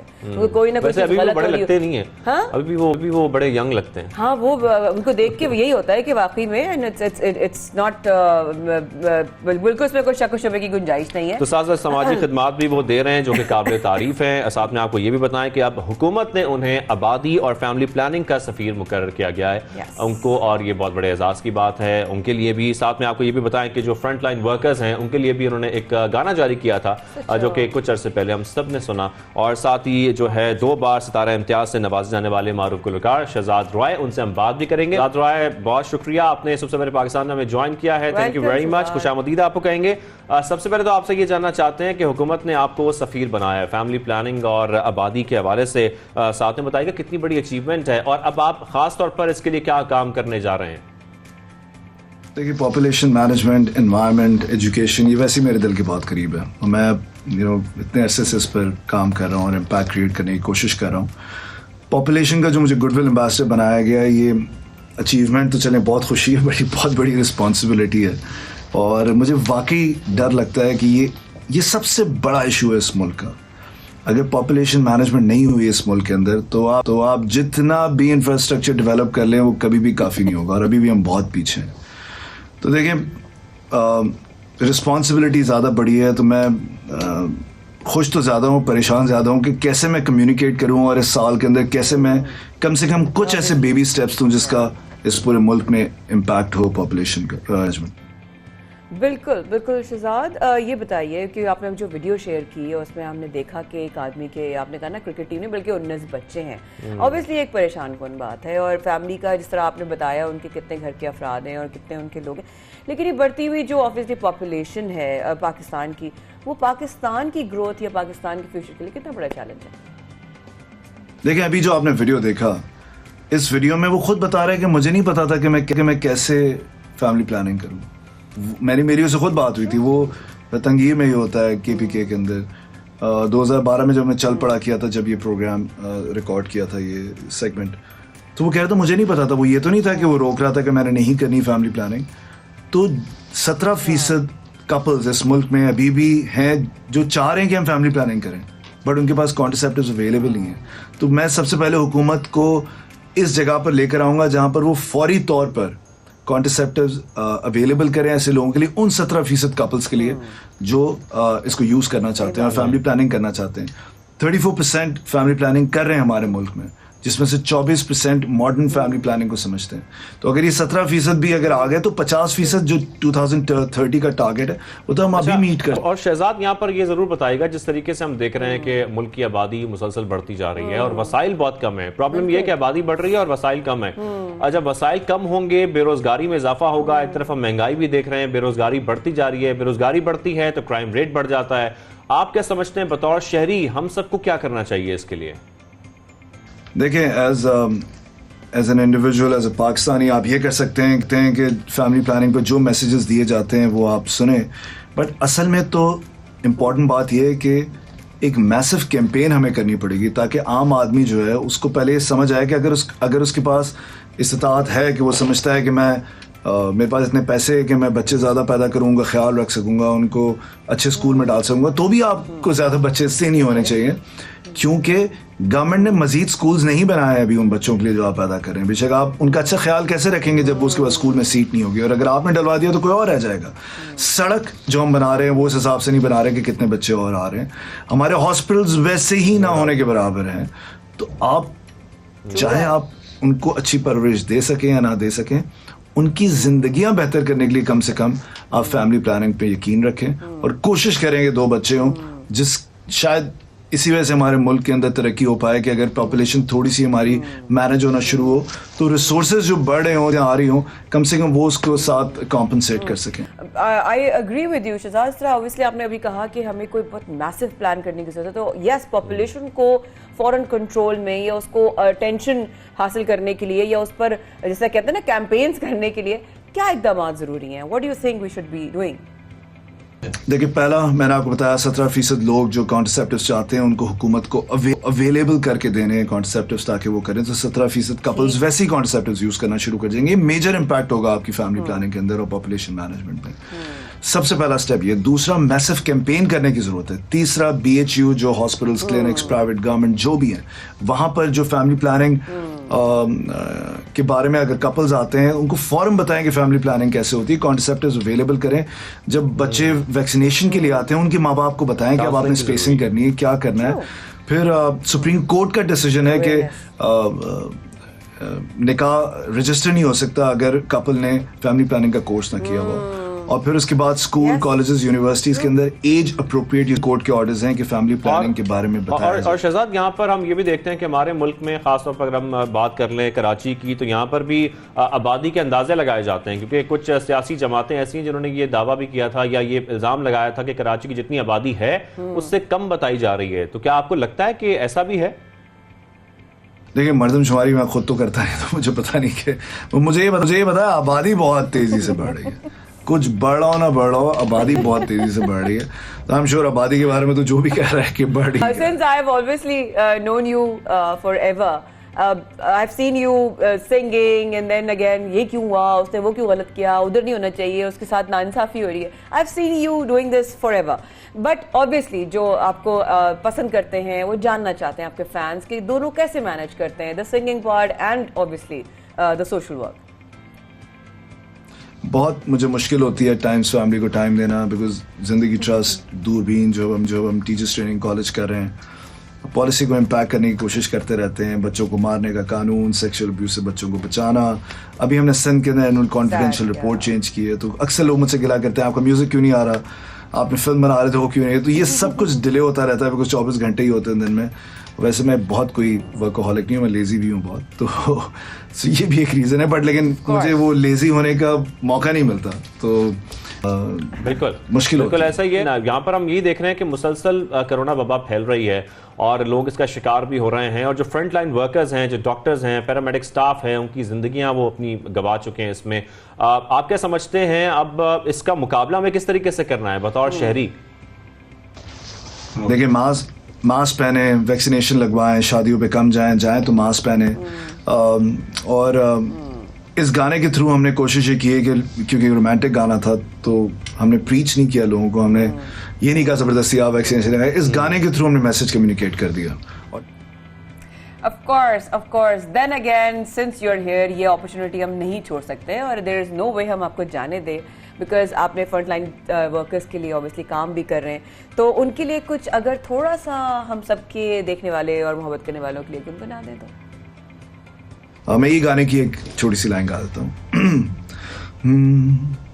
मौला लावे जब तू ही तू है, फिर ये क्यों आँख में आंसू है, प्यार है जब तेरा जलवा, फिर जुदाई क्यों हर सू है। Thank you so much Shahzad Roy, आपने हमें ज्वाइन किया। सबसे पहले पाकिस्तान में बड़े अहम मामला थे जिस पर आपने हमें ज्वाइन किया, साथ ही आप सफ़ीर बन चुके हैं आबादी के, और साथ में जिस तरीके से हम उम्मीद भी करते हैं फैमिली प्लानिंग के हवाले से जो आप इकदाम उठा रहे हैं आपको उसमें कामयाबी मिले। Thank you very much for joining us. Thank you so much Shahzad, and front line workers thank you so much.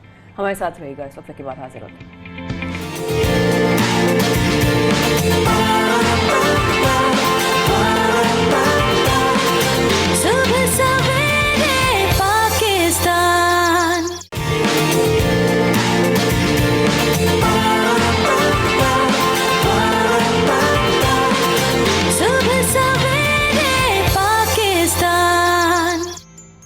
और एक बार फिर हमारे साथ रहने का बहुत शुक्रिया। और शाहजेब मुझे बहुत ही इंटरेस्टिंग बात बता रहे थे अभी वक्फे में, और मैं चाहती हूँ कि शाहजेब हम सबको वो न्यूज़ जरूर बताएं जो आप मुझे बता रहे थे। इस सेहत के हिसाब से मुझे बताना तो नहीं चाहिए, लेकिन फिर भी बॉडी बिल्डिंग हम देखते हैं कि हमारे जो ट्रैफिक वार्डन्स हैं वो कोशिश कर रहे हैं कि अपनी फिजिकल फिटनेस का बहुत ख्याल रखें, और जाहिर है उनकी बड़ी सख्त ड्यूटी होती है।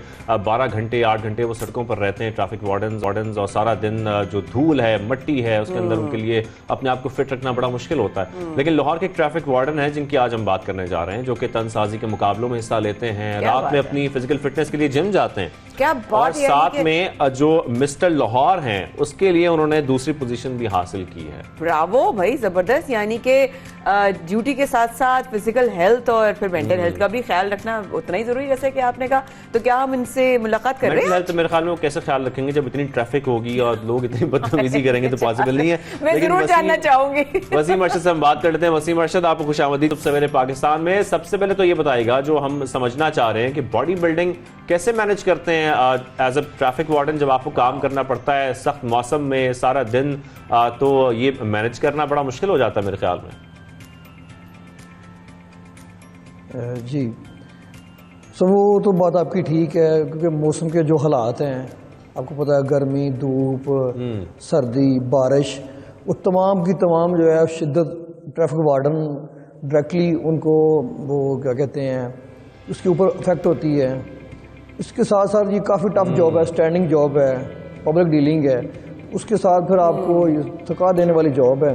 उसके साथ फिर आपने ये मैनेज करना अपने आप को, जिम के अंदर जाना, तो काफ़ी हार्ड वर्क है। ये तो है। अच्छा वसीम, बाकी मैं आपको देखकर थोड़ा सा ना मतलब घबरा गई हूं कि मुझे रोकना लेंगे। मैं यही सोच रही हूँ कि जब वसीम अगर मैं लाहौर जाऊँ, वसीम मतलब नजर आ गए, तो फिर जो मैंने तो छूटते ही कह देना है चलान काट ले भाई, ऐसी कोई गाली नहीं है। तो ऐसा कुछ होता है आपके साथ? ऐसा कभी वाकया हुआ है आपके साथ? कोई देखते ही लोगों ने नहीं वो मैडम, क्योंकि ट्रैफिक पुलिस का जो मोटो है वो उसमें पावर का इन्फोर्समेंट नहीं करना है, आवाम के साथ पोलाइट रहकर उनको गाइड करना, अगर कोई मिस्टेक करता है तो अच्छे तरीके से उसको हैंडल करना, ट्रैफिक के फ्लो को कंट्रोल करना। तो अपनी मसल पावर दिखाना या क्या कहते हैं कि पावरफुल यूज़ करना, वो हमारा मोटो नहीं है। हमारा मोटो है कि आवाम के साथ एक फ्रेंडली रिलेशन रखा जाए और आवाम को फैसिलिटेट किया जाए। तो वो तो आपको देख के वैसे ही फ्रेंडली हो जाते होंगे, नहीं? जी हाँ, बस कुछ लोग हैं, आपको पता है हर बंदे को तो नहीं पता होता, लेकिन मोस्टली लोग देख लेते हैं कि यार ये बंदे की पर्सनालिटी ठीक है, बंदा फिट आदमी है, तो वो उससे इंस्पायर तो काफ़ी लोग हो जाते हैं। अच्छा, लेकिन वैसे हम देखते हैं कि जो पुलिस हमारे जो वार्डन्स होते हैं उनके बड़े बड़े पेट होते हैं, अब बड़ा मुश्किल होता है उनके लिए फिजिकल फिटनेस को जो है वो कह लें कि मेंटेन रखना। तो जब वो आपको देखते हैं तो उनको ये फील होता है कि हमें भी आपकी तरह फिट होना चाहिए। जब हम ट्रैफिक में जाते हैं, लोग हमें देखते हैं, तो अपनी फिटनेस का हमें भी ख्याल रखना चाहिए। कुछ आपसे इंस्पिरेशन हासिल करते हैं वो? जी बिल्कुल, फिट रखा तो कह रहे हैं कि हर जो भी बंदा है ना, जो नॉर्मल बंदा भी है, तो उसका भी यही होता है कि यार मैं फिट हूँ। हर बंदा ये चाहता है कि वो फिट हो, लेकिन उसके लिए वो एफर्ट नहीं करता। बेसिक वजह ये होती है। ट्रैफिक वार्डन भी इंस्पायर होते हैं, जैसे आप बेल्ट फोर्सेस जो भी हैं, पुलिस है, आर्मी है, रेंजर है, ट्रैफिक वार्डन है, अगर आप फिट होंगे तो आपकी पर्सनैलिटी और ज़्यादा निखरेगी और आप अपने काम को ज़्यादा अच्छे तरीके से परफॉर्म कर सकेंगे। जी बिल्कुल, तो मैं एडवाइस कर रहा हूँ अपने बातों को भी, भाइयों को भी कि साथ करें। हाँ बिल्कुल सही कह रहे हैं आप। अभी शाहजेब बड़ी अच्छी बात कर रहे थे कि मैंने एक सवाल किया, मैंने कहा देखें आप अपने ड्यूटीज भी देते हैं, आप अपने फिजिकल फिटनेस का भी ख्याल रखते हैं, फिर मैंने कहा शायद मेंटल हेल्थ का भी रखते होंगे। तो शाहजेब ने कहा कैसे रखेंगे जब इतना ट्रैफिक है और इतना लोग जो है वो कवानीन जो है उनकी जो है वो उनको फॉलो नहीं करेंगे। तो अपने मेंटल हेल्थ के लिए आप क्या करते हैं? मतलब गुस्सा आता है तो फिर वो डंबल्स और मशीन्स पे निकलता है, या गुस्से वाले नहीं है आप? नहीं मैडम, असल में आपको बर्दाश्त करना पड़ता है। जितना आप बर्दाश्त करेंगे वही आपके लिए बेहतर है। अगर आप गुस्सा आप करेंगे, आप कूल डाउन नहीं रहेंगे, फिर जो मामला है वो ख़राब होंगे, बेहतरी की तरफ नहीं जाएंगे। तो मैं ज़्यादा से ज़्यादा यही कोशिश करता हूँ कि अपने आप को कूल डाउन ही रखूँ, ठीक है। और जो कोई बात अगर कोई गलत बात कह भी देता है तो उसको बर्दाश्त किया जाए। क्या बात है, क्या। अच्छा, अब ये बताएं कि मिस्टर लाहौर के लिए आप पोजीशन हासिल की है, क्या आगे प्लान्स आपके क्या हैं? मुस्तकबिल में आप मिस्टर पाकिस्तान बनना चाहते हैं या जो आप जो फ़राइज़ अंजाम दे रहे हैं एक एज पुलिस वार्डन, आप उसी में तरक्की पाना चाहते हैं?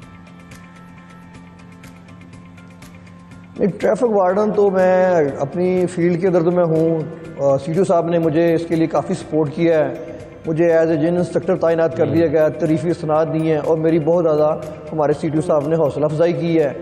तो मैं तो अब इंशाल्लाह ताला मेरी एफ़र्ट होगी कि मैं मिनिस्टर पंजाब के लिए जाऊँ, एफ़र्ट करूँ, मैं तैयारी करूँ और मैं अपने महकमे का नाम रोशन करूँ और बाकियों के लिए भी इंस्पिरेशन बनूँ, ताकि बाकी जो भाई हैं वो भी इसके अंदर अपनी एफ़र्ट करें, वो भी अपने आप को स्लिम और स्मार्ट करें और बेहतर तरीके से ड्यूटी परफॉर्म कर सकें। ज़बरदस्त, यानी कि अगर हम आए वसीम साहब तो फिर हम ज़रूर आपसे, हम दोनों आके मिलेंगे लाहौर में और हम देखेंगे आप जब ट्रैफिक जो है वो कंट्रोल कर रहे होते हैं तो कैसा आसपास माहौल होता है, तो तमीज से गाड़ी अपने अपनी लेन में होती है, लाहौर में जरा ज्यादा सख्ती है ट्रैफिक को लेकर। हम वसीम से ये जान लेते हैं। वसीम, अक्सर हम देखते हैं, मैं जेनेरिक क्वेश्चन आपसे कर रहा हूँ, कि लोग काफी बदतमीजी कर जाते हैं ट्रैफिक वार्डन्स के साथ, बड़ा एग्रेसिव बिहेवियर होता है, उनको टैकल करने के लिए, उनको आप तरीके से डील करने के लिए क्या रवैया इख्तियार करते हैं, किस तरीके से हैंडल करते हैं लोगों को, स्पेशली खवातीन?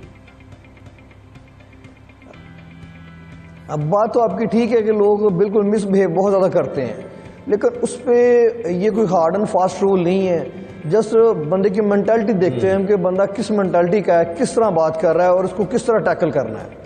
अगर कोई एजुकेटेड पर्सन है तो उसको फिर उसी हिसाब से टैकल करते हैं एक अच्छे तरीके से कि यार ये आप नहीं, इस तरह तो कर रहे हैं, ये जो आप बात कर रहे हैं इसका मतलब आगे से कोई बदमाशी करेगा तो फिर आप भी बदमाशी करेंगे, ऐसे ही है? ओए मतलब नहीं, बदमाशी नहीं करेंगे, हम उसको ये बताएंगे कि यार बदमाशी करोगे तो उसमें आप ही का नुकसान है। देखें हमारा, हम जॉब कर रहे हैं, आप हमारे से बदमाशी करोगे, बस यही हम बात, क्योंकि वसीम जो है ऐसा नजर आया ना पिछले आगे बढ़ जाएगा फिर। एग्जैक्टली हमने इस तरह की वीडियोस देखी हैं जहां पर, मैं औरत होते हुए ये कह रही हूँ कि बहुत ही अजीब तरीके का बिहेवियर खवातीन का मैंने देखा है पिछले ऑब्वियसली सालों में, कि वो ट्रैफिक वालों से या पुलिस वालों से इंतहाई वो रूड होकर बात करती। कभी आपके साथ ऐसा कोई वाकया पेश आया हो, आपने उसको किस तरह हैंडल किया और वो क्या वाकया था, शेयर करना चाहें तो? मैडम वो असल में इस तरह की तो काफ़ी ज़्यादा वाकयात होते हैं, मैंने बताया ना कि वो सूरत हाल के मुताबिक ही उसको हैंडल करना पड़ता है कि अगला बंदा किस तरह बिहेव कर रहा है। लिबर्टी में मैं ड्यूटी सरंजाम दे रहा था तो वहाँ पे एक मैडम आई, कोई ऑफिसर थी, उन्होंने आके ना रॉन्ग पार्किंग पे गाड़ी लगा दी। मैंने मैडम से कहा कि मैडम काइंडली आप ये गाड़ी रिमूव कर दें क्योंकि पीछे ना लाइनें लग रही हैं। तो उन्होंने कहा जी नहीं, ये गाड़ी यहाँ से रिमूव नहीं होगी, आपने जो करना है वो कर लें। तो फिर मैं जाहिर बात, वो लेडीज थी, उनके साथ बदतमीज भी नहीं कर सकता था। यही हाल सोचा कि मैंने उनकी हल्की सी वीडियो बना ली। सर मैंने उनकी हल्की सी वीडियो बनाई कि ये देखें मैं आपकी वीडियो बन रही है, ठीक है, और आप अगर इस तरह में मेरे साथ मिसबिहेव करेंगी तो आपकी गलती है। मैंने हल्की सी वीडियो बनाना स्टार्ट की तो उन्होंने फौरी तौर पे गाड़ी वहां से निकाल ली। नहीं तो ठीक है ना, अगर आपको लोगों को ये इस बात का दिलाना पड़े तो मेरा ख्याल है वो भी आपकी जिम्मेदारियों में आता है। और हम फिर उस तरफ आते हैं दोबारा से कि जो हम बात करते हैं आपकी बॉडी बिल्डिंग का, ये आपने फैसला कब किया था कि आपको तनसाजी के मुकाबले लड़ने हैं या आपको मुस्तकबिल में जो है वो एक अच्छा बॉडी बिल्डर बनना है? मतलब ट्रैफिक वार्डन में जाते जाते बॉडी बिल्डिंग का फैसला आपने किससे इंस्पायर होकर किया था? असल में सर मैं ना बॉडी बिल्डिंग तो अपनी कॉलेज लाइफ से कर रहा हूँ, FA से, लेकिन तब मैं एक्सरसाइज कर रहा था जस्ट ना एक वो कह लें कि फिटनेस के लिए। लेकिन फिर आहिस्ता आहिस्ता वो मेरा शौक बढ़ता गया, मसल मेरे इम्प्रूव होते गए। तो इस साल तब मैंने देखा कि मेरी ना तैयारी काफ़ी अच्छी है, मसल कंडीशन काफ़ी बेहतर है। तो फिर मैंने कहा कि यार मुझे ना कंपटीशन की तरफ भी जाना चाहिए और उसको मैंने जो अपॉर्चुनिटी है उसको कैश करना चाहिए। तो फिर मैं कंपटीशन की तरफ आया, अल्लाह पाक ने मुझे इज्जत से नवाजा और ये मेरी पोजीशन आई। जब बहुत हमें खुशी है कि माशाल्लाह आपकी तरक्की के ऊपर भी, और आप जिस तरह आपने बात की पता चला कि आपकी सोच क्या है, आपका लोगों की तरफ आपका रुझान और आपका रवैया कैसा है। डाइट को स्पेशल लेते हैं क्योंकि आपका काम बड़ा सख्त है, आप बहुत मुश्किल, ऑब्वियसली आपकी जॉब भी है, फिर आपका जो शौक है, वो दोनों आपको बहुत ज्यादा बदपरेजी नहीं करने की इजाजत देता ऑफ कोर्स। तो आपकी क्या खास आप खाते हैं जो बॉडी बिल्डिंग करते हैं? हमें बताएं क्या खाते हैं आप? सर वो ख़ास तो डाइट जिस तरह का आपका गोल होगा ना, आप उसी हिसाब से अपनी डाइट को मेंटेन करेंगे, क्योंकि जॉब काफ़ी टफ है, स्टैंडिंग जॉब है, इसलिए एनर्जी आपकी ज़्यादा बर्न होती है। उस लिहाज से हमें थोड़ी सी डाइट आम बॉडी बिल्डर के लिहाज से ज़्यादा लेनी पड़ती है, जो कैलोरीज हमारी ड्यूटी में कंज्यूम हो जाती हैं, तो उससे फिर एक्स्ट्रा डाइट लेके फिर उनको वो एक लेवल के ऊपर लाया जाता है। जी जी बिल्कुल सही कह रहे हैं। ठीक है Waseem Arshad, thank you very much, आपने हमें ज्वाइन किया और मेरे ख्याल में जिस तरीके से आप कंपटीशन से भी हिस्सा ले रहे हैं तो हम उम्मीद करते हैं आगे आप मिस्टर पाकिस्तान बनेंगे और हम उसका इंतजार भी करेंगे। जब आप मिस्टर पाकिस्तान बनेंगे तो हम दोबारा आपसे बातचीत करेंगे। Thank you very much for joining अस। तो ये तो सारी बात हो गई बैलेंस डाइट की, और लाइफ में बैलेंस लाना भी बड़ा जरूरी है। और लाइफ में बैलेंस किस तरीके से लाया जा सकता है? भाई देखो, अभी तुम्हें मैं अभी एक फ्लैशबैक में लेके जाती हूँ, ठीक है? कभी देखा नानी, दादी, अम्मा, खाला, फुप्पी को एक डायरी लेकर लिख रही होती, आज आटा इतने का आया, सब्जी इतने की आई और शक्कर इतने की आई और सब चीज़ें लिख रहे होते थे ना कि यार रोज़ का हिसाब। हमारे घर में भी ऐसे ही हिसाब है। इनफैक्ट मैंने एक तस्वीर है जो भी दिखा भी रही थी, मेरी अम्मा जो है रोज़ डायरियों पे डायरियाँ भरी हुई है ना, ये आया। आप 10 साल पहले का भी निकालेंगे आपको पता चलेगा धोबी को कब किस तारीख को पैसे दिए थे। बट ये वो वाली चीज़ें थी जो हमारे कल्चर का भी हिस्सा है, beautiful part of our culture. I mean there is no denying. लेकिन ये भी है ना कि उस वक्त इतनी टेक्नोलॉजी नहीं थी और उस वक्त इतने आपके पास अच्छे स्मार्टफोन्स नहीं थे। अब तो एप्लीकेशन ऐसी डेवलप हो रही हैं जिसकी आज हम बात करने जा रहे हैं। मतलब आप परेशान ये होते हैं कि आपके बिजली के बिल हैं, उसकी आखिरी तारीख निकल जाती है, आपको पता नहीं लगता।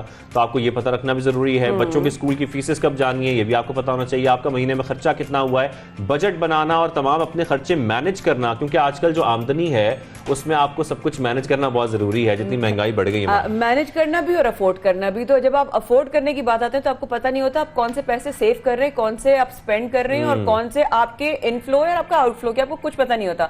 एंड ऐसा ही हुआ इस ऐसी ऐप के साथ। जब मैं एक दिन अपना ही हिसाब कर रही थी अम्मा की तरह, तो मेरे भाई ने मुझे आवाज दी, आप हिसाब किताब क्यों नहीं फोन में डाल लेती? मैंने कहा फोन में कैसे डालूंगी, मैं लिख रही हूँ हिसाब किताब ना। तो उन्होंने मुझे कहा नहीं, there is an app called Hisaab Kitaab. तो अब आप नए जमाने में आ जाए ना, आप नई एप्लीकेशन इंस्टॉल कर लें। तो हम बात करते हैं, हमारे साथ ज्वाइन किया हिसाब किताब एप्लीकेशन पर बात करने के लिए यासिर अलिया साहब ने, जो कि इस हिसाब किताब के जो हैं वो कंट्री हेड हैं। कैसे सर आप? Thank you very much for joining us. Welcome to the show. Introduction तो माया ने दे दी, तो आई गेस लाइक मेरा काम बहुत आसान हो गया यहाँ के डिस्कस करना। सो इनफैक्ट एग्जैक्टली इसी तरह की एक एवोल्यूशन हुई है हिसाब किताब के साथ। तो हमारे घरों में अम्माएँ जो हैं लिखती थी हिसाब किताब, इनफैक्ट टर्म भी वहीं से उठाई गई है हिसाब किताब। और वो फिर एवोल्यूशन हुई तो वो गया एक्सेल शीट में, फिर वो गया आपकी ऐप के अंदर। अगर आप एवोल्यूशन ऑफ एनी टेक्नोलॉजी देखें, चाहे वो ई कॉमर्स हो, चाहे वो बैंकिंग हो, तो पहले आया ई कॉमर्स था, फिर वो एम कॉमर्स बन गया। इसी तरह इंटरनेट बैंकिंग थी जो मोबाइल बैंकिंग। अच्छा, जो आपकी फाइनेंशियल हेल्थ है ना, वो भी बिल्कुल रिलेट करती है योर पर्सनल हेल्थ की तरह। जैसे हम आए देख रहा हूँ उन्होंने एक फिटबिट पहना हुआ है, तो basically this is the Fitbit of your financial health. जैसे आपने एग्जैक्टली कहा कि यार आपको जब पता ही नहीं होगा कि आपका बजट कितना है, आपको पता ही नहीं कि आपकी जिंदगी में डायरेक्शन क्या है। कहते हैं ना, एक वो एक बहुत सेइंग है कि road to anywhere leads you nowhere. Exactly, बिल्कुल। तो मैं आम लोगों को आम जबान में, जो मेरी जबान में समझाऊं कि एक ऐसा खूबसूरत ऐप है जिसमें आप अपने मंथ का, हफ्ते का, डेली का हिसाब किताब, जो तमाम खवातीन जो घर में इस वक्त मौजूद हैं वो सुन रही हैं, आप अपने आराम से हिसाब किताब इस ऐप में कर सकती हैं। Is that correct? बिल्कुल बिल्कुल ऐसा है। तो इस ऐप पहले तो मैं चाहूँगा कि सारे पाकिस्तानियों को एक मुबारकबाद दूँ इस वजह से कि this is a app which is born in Pakistan. तो and our ambition is to take it to global customers. तो एज वी स्पीक, जहाँ अभी हम लोग बैठे हुए हैं, तो हमारे पास ये ऐप जो है, हमारी ऐप 160 मुल्कों में डाउनलोड हो चुकी है। 160? जी, 160 मुल्कों में। तो we have user base in 160 मुल्कों के अंदर। और उसके अलावा ये है कि उन्होंने तकरीबन 13 मिलियन प्लस ट्रांजैक्शन ऑलरेडी इसके अंदर वो डाल चुके हैं। अच्छा, एक आम आदमी के लिए ये बताएं कि एप्लीकेशन इंस्टॉल करने के बाद उसको क्या फ़ायदे हासिल होंगे? बिल्कुल, I think that's a very relevant question. तो जैसे for example there are 4 reasons, इसको मैं कहूँगा, जिसकी वजह से लोग जो है ना फाइनेंशियल हेल्थ के बारे में सोचते ही नहीं है। एक तो प्राइमरी रीज़न ये है कि आपके पास पैसे ही नहीं है जिसको आप सेव करने का सोचते हैं, लेकिन ये गलत कॉन्सेप्ट है। बेसिकली आप जैसे मैंने कहा ना कि फिटबिट की तरह ही है। तो अगर अगर आप एक आदमी एक घर का खर्चा होता है, सही है, उसके अंदर आपकी एक इनकम होती है, इनकम के बाद आपके जैसे आपके मोटे मोटे 4-5 खर्चे होते हैं जिसमें आपकी यूटिलिटी बिल पेमेंट हो गई, बिल्कुल, और एजुकेशन हो गई बच्चों की, अगर रेंट पे करना है तो वो हो गया, उसके बाद आपकी जो इनकम बचती है you can do a lot with it. अच्छा, एक टर्म है जो हम कॉइन करते हैं वो है guilt free spending. No one is stopping you कि आप पैसे ना खर्च करें, लेकिन जब आपने अपने बजट में रह के पैसा खर्च किया तो you don't have any guilt. हम करते हैं ना कि फर्स्ट को सैलरी आती है तो 5 तारीख को हमारी सैलरी खत्म हो जाती है, फिर हमें एहसास होता है कि बिल्स तो बाकी हैं, अभी तो फीसेस बाकी हैं। बिल्कुल, तो वो इंस्टेंट ग्रेटिफिकेशन भी आपकी रहेगी, यानी कि आपको जो खर्चा करना आप करेंगे, लेकिन आपको पता है कि अब मैं अपने जो महदूद वसाइल है फॉर एग्जांपल उसमें रहते हुए कर रहा हूँ, तो उसके लिए बेहतरीन तरीका ये है कि आप बजट बनाएं। आप बजट बनाने के बाद अपने पैसे को ट्रैक करें with in the you know that budget, और उसके बाद आप जो आपका पैसा आपको जब आप बजट बनाने लगेंगे आपको अंदाजा होगा कि यार इतना पैसा मैं सेव कर सकता हूँ। अगर तो ऐसा है तो आप उसको सेव करने के अंदर आप अपना सेविंग गोल बनाएं और उसको सेविंग की तरफ, और स्पेशली तब यासर आपकी बात में एडिशन करूंगी, स्पेशली तब जब आप पे चेक टू पे चेक काम कर रहे होते हैं तो आपको बजट का अपनी तरह आपने कहा इंस्टेंट ग्रेटिफिकेशन, बिकॉज हम लोग जिस दौर से और पाकिस्तान में जो बेरोजगारी का वक्त है इसमें डिलेड ग्रेटिफिकेशन के बारे में सोच भी नहीं सकते, इट्स लाइक फार अवे। तो आपने कहा कि इस ऐप में क्या क्या कर सकते हैं, प्लीज जरा बताइएगा। तो एक तो बहुत अच्छी चीज़ ये कि ये आप जैसे ही खोलते हैं आपको ये ऐप बताती है कि आपकी फिजिकल फाइनेंशियल फिटनेस है किधर। अच्छा, सबसे पहले आपको एक बहुत easy to understand graph and charts की सूरत में आपको बता देती है आपके खर्चे कितने हो गए, आपका बजट के ऊपर आपकी परफॉर्मेंस कैसे है। हम लोग सब यूज्ड टू हैं using data in the telco from telcos, right. अब आपके पास जो डेटा होता है उसका एक पैकेज होता है, जब आप 50% पे आते हैं तो आपको एक अलर्ट आती है कि यू हैव कंज्यूम 50%। बिल्कुल ऐसा ही है। अगर यही चीज आपके बजट के साथ हो कि अच्छा नहीं होगा, बिल्कुल। अच्छा, हमें मतलब खुद ब खुद पता चल जाएगा, हमें ऐप बता भी देगा। ये ऐप आपको बुक करेगी, वार्न भी करेगी, बताएगी भी, लेकिन सब यहाँ पर सबसे इंपॉर्टेंट पार्ट में खान में आखिर में ये जरूर बात करें कि डाटा आपका इसमें कितना महफूज है, क्योंकि ऑब्वियसली आप इसमें डाटा अपना जो है वो शामिल करेंगे, तो वो डाटा आपका पर्सनल डाटा वो कितना महफूज है। और सेकेंडली जैसे कि हम ये बात भी करते हैं कि इसमें बैंक अकाउंट्स क्या हमें ऐड करने पड़ेंगे, क्योंकि बैंक अकाउंट्स ऐड होते हैं तो जरा हम वैसे ही कंसर्न हो जाते हैं। You know this is a very good question and I think it is you know important उन यूजर्स के लिए जो यूज करें ऐप के लिए। तो as a company we have always you know kept this as a prime importance, यानी कि जो data security है इसके ऊपर कोई compromise नहीं। तो first step towards that was कि हमने PCI DSS compliance Lee, certification Lee, which is a bank level security, ठीक है। तो हमारा data जो है it is completely even I as the head of the company don't even have access to anyone's data। अच्छा, you don't? Yes, अच्छा, I don't। मैं एक खवातीन के हवाले से सवाल कर रही हूँ कि पहला सवाल ये होता है खवातीन को कॉम्प्लिकेटेड ना हो, इजी टू यू फ्रेंडली हो, हमें आसान में समझ में आ जाए, उसके बारे में जरा प्लीज बताएं। बिल्कुल। तो and actually that is the prime importance I think for any technology. देखें जो द रीजन फॉर एग्जांपल हम लोग आईफोन वगैरह यूज कर रहे होते हैं, you don't want to know के अंदर क्या चल रहा है क्या नहीं चल रहा है, आसानी जिसको हम कहते हैं कस्टमर एक्सपीरियंस। तो इन 160 मुल्कों में जाने का जो हमारा एक्सपीरियंस था वो बेसिकली आपको एट एनी गिवन पॉइंट 30,000 लोग हमें फीडबैक दे रहे होते हैं कि आप कहाँ गलत कर रहे हैं, कहाँ अच्छा कर रहे हैं। तो यू नो दैट फीडबैक। अच्छा, ये खवातीन का सवाल हो गया, मर्दों का सवाल भी मैं आपसे कर लेता हूँ कि इस एप्लीकेशन को इस्तेमाल करते हुए बीच में वो जो एडवर्टाइजमेंट्स आती हैं, आप फला चीज खरीद लें, फला चीज खरीद लें, क्या इसमें भी वो वैसी स्टोरी? तो basically this is completely without any ad, सही है। और ये अब फ्री टू डाउनलोड है, एक तो वो फ्री वर्जन है जो कि 160 मुल्कों ने। फिर हमने क्या किया, 2 साल बाद जब हमने एक्सपीरियंस हासिल कर लिया, we turn it into a white label solution and फिर उसके बाद हमने इसको बैंक्स में ऑफर करना शुरू कर दिया। And I am very you know thankful to all the banks in Pakistan के हमारे मैं चाहता ये था कि पाकिस्तान के लोकल बैंक्स एक पाकिस्तान की लोकल फिनटेक को सपोर्ट करें, सही। तो first bank was HBL that basically adopted Hisaab Kitaab for their digital banking experience, followed by bank of Punjab, bank Al Habib. इसके लिए हम आपको कंग्रेचुलेट करते हैं, वाकई बहुत अच्छी एप्लीकेशन है। Thank you very much. Yasir Ilyas हमारे साथ मौजूद हैं और कंट्री हेड हैं। सर, आपने इस एप्लीकेशन के बारे में बताया जो मेरे ख्याल में तमाम नाजरीन के लिए, वो तमाम लोग जो घरों में बैठे हैं और अपना बजट बनाना चाहते हैं, इस एप्लीकेशन को अभी आप अपना जो प्ले स्टोर है या iOS पे आप डाउनलोड करना चाहते हैं तो फौरी तौर पर डाउनलोड करें और इस्तेमाल कर सकते हैं, और इजी टू यूज है। थैंक यू सो मच साहब फॉर योर टाइम। और जाते जाते मैं कहूंगी कि all the very best for today's match to Lahore Qalandars and Peshawar Zalmi. देखते हैं आज का मैच कौन जीतेगा। हाँ, लाहौर में जाना है तो क्या ख्याल है, आज हम पेशावर ज़ल्मी का साइड ले लें तो देखते हैं कौन जीतेगा। रखिएगा अपना ख्याल, होती है आपसे कल मुलाकात। अल्लाह पाक आप लोगों को अपने खास ज़ुबान में रखिए। अल्लाह हाफ़िज़। है।